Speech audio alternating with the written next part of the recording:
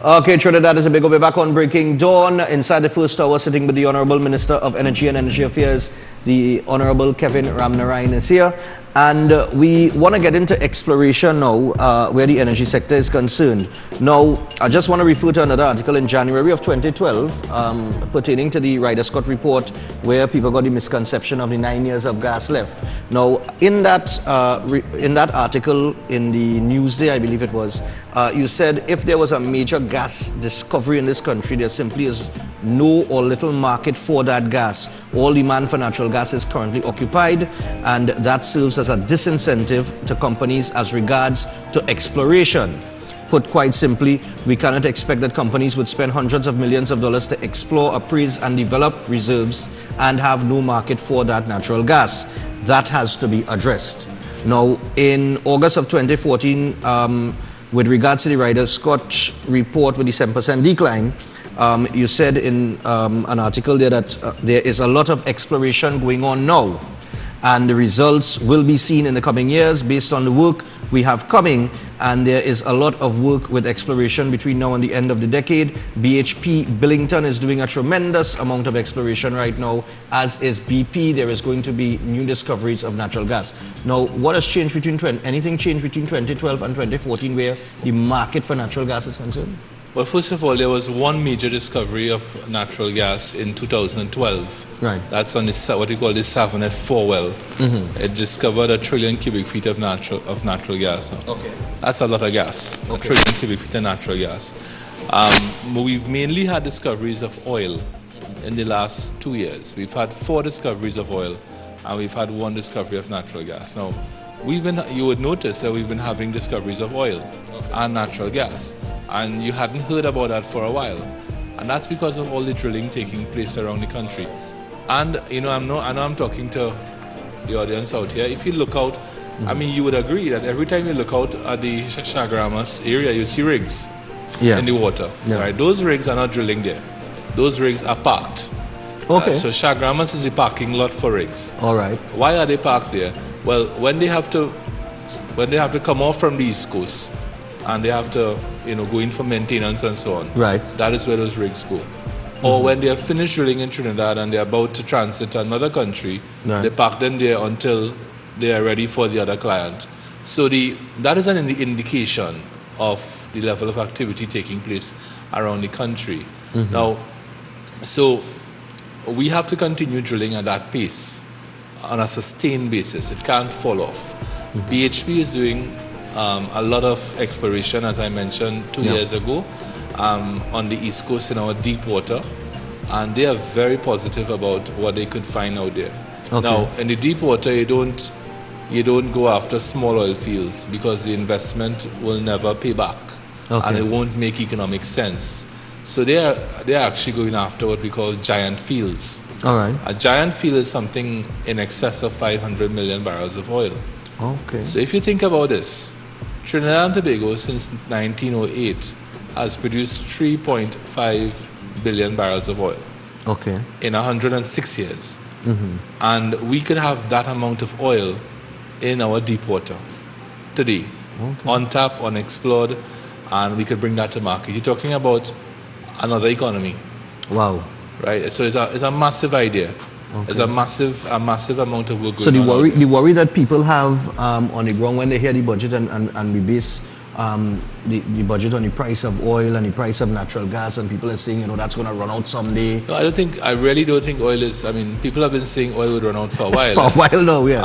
I don't think, there's a saying from a former Saudi Minister of Energy that the Stone Age didn't end for a lack of stones. Right. Right? The oil age will not end for a lack of oil.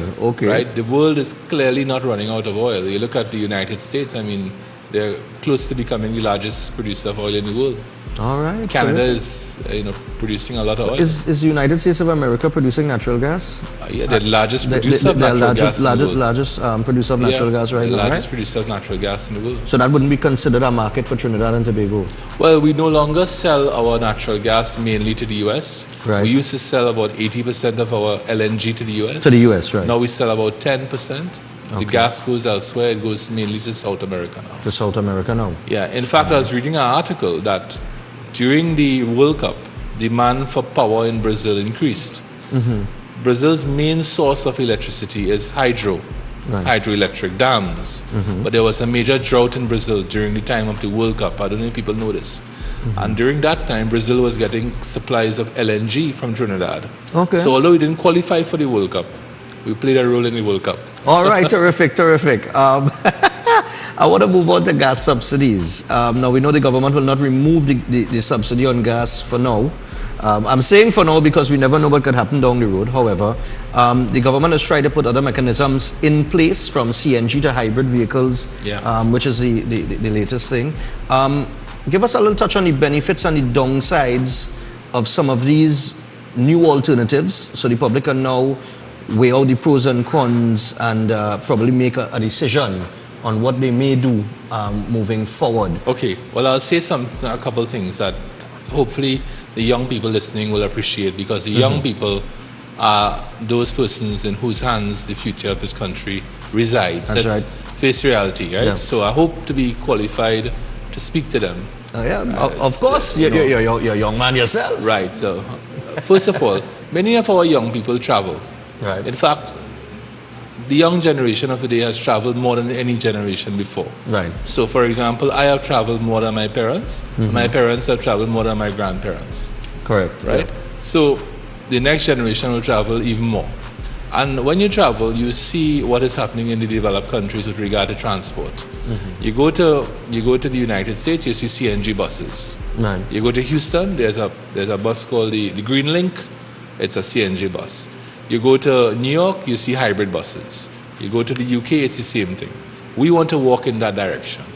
We want to move into that direction. So, CNG buses are going to arrive before the end of the year for PTSC.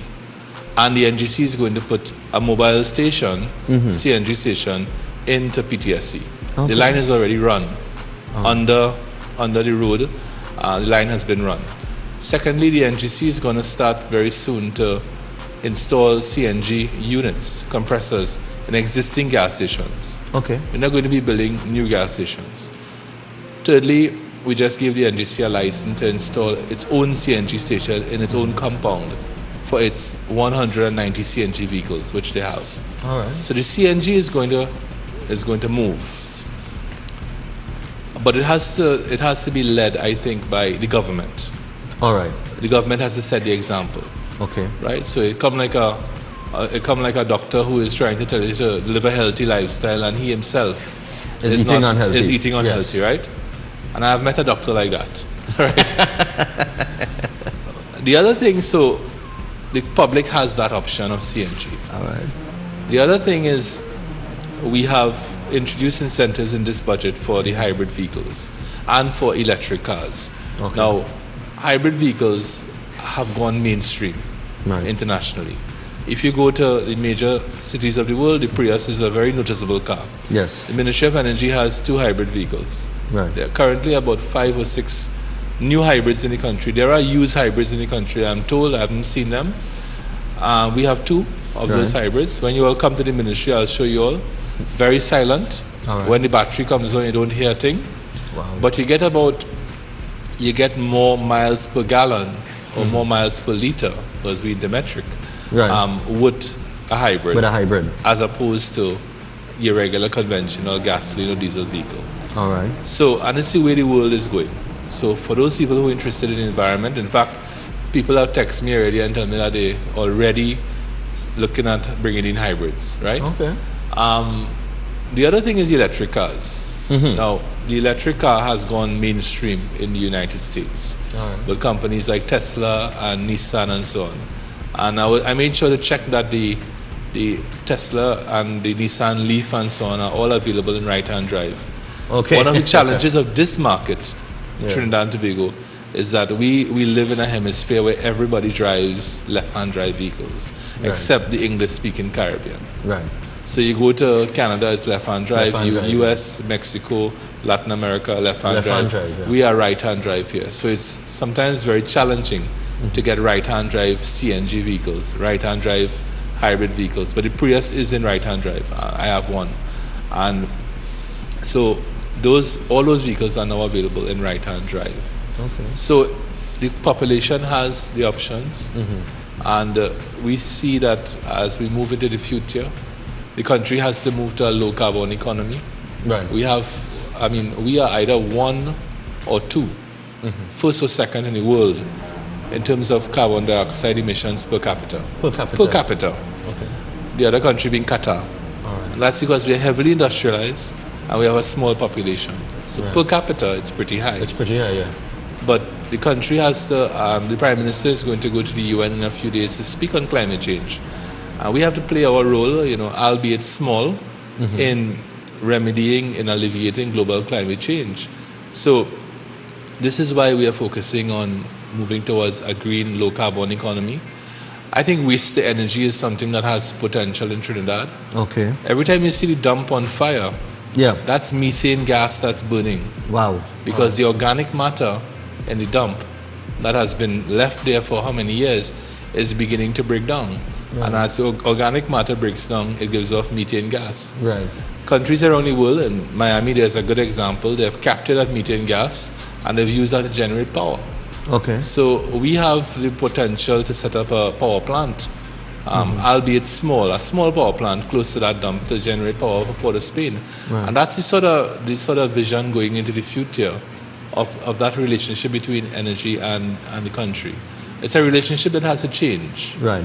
And the relationship is where it is because of the price, the cost of energy. The cost, yes. So we pay 10 times less for electricity in Trinidad than in Jamaica. Okay. We pay about 10 to 12 times less than what the Panamanians pay. Right. So when you drive into Panama City at night, all the skyscrapers, the office buildings are dark. Okay. The lights have been switched off. When you drive into Port of Spain at night, you look at Nicholas Tower, you look at Tower C, Tower D, you look at all the buildings. Guess what? All the lights are on. Right? Because there is no incentive really for people to change behavior, to save. But is it a case of the people and the society just taking things for granted? Well, again, your economy affects your culture and your culture affects your economy. So diesel is $1.50 per liter. That is very cheap. Yeah. I mean, that equates to $1 per gallon. Now you go to the US right now, and diesel is about $4 per gallon. So people conserve. Right. In Trinidad and Tobago, the prices of energy are cheap, so the behavior is not commensurate with that price. Because of the price, that has also encouraged the diesel racket. And that has encouraged the diesel racket, which been going on. We've done a lot of work on. Yeah. And we've made some progress in that. There's more work to be done. But once people have an incentive, and the incentive is not balanced properly by the potential punishment, people are going to, try to follow a life of crime and so on. So we have been making some progress in that regard. But I already think going forward, we have to have a very low carbon economy. All right. We have to move to, really exporting energy to other countries, and we ourselves as consumers have to have a very, green, low carbon type approach. There is a rule for renewable energy in Trinidad. It is going to take some time before it takes off, but it will take off. Okay. There is a lot of potential for wind on the east coast of Trinidad. I mean, you don't have to be a genius to figure that out. No. You don't need a survey. The east coast is where there's constant wind resource. Right. And in a country like Denmark, they would have long put up wind farms on that coast. Right. But Denmark has expensive electricity coming from energy, from oil and gas. Okay, so I think we should count our blessings here in Trinidad and Tobago. At the cheap price, we get a lot of things at where the energy sector is concerned. Now, we do have to pause to the 7 o'clock news, and when we return from the 7 o'clock news, we're going to close off the interview with the Honorable Minister. We have to just touch on a couple more topics, especially the light bulb exchange, something that a lot of people in Trinidad and Tobago are not aware of. So keep it right here on Synergy TV Connect for that.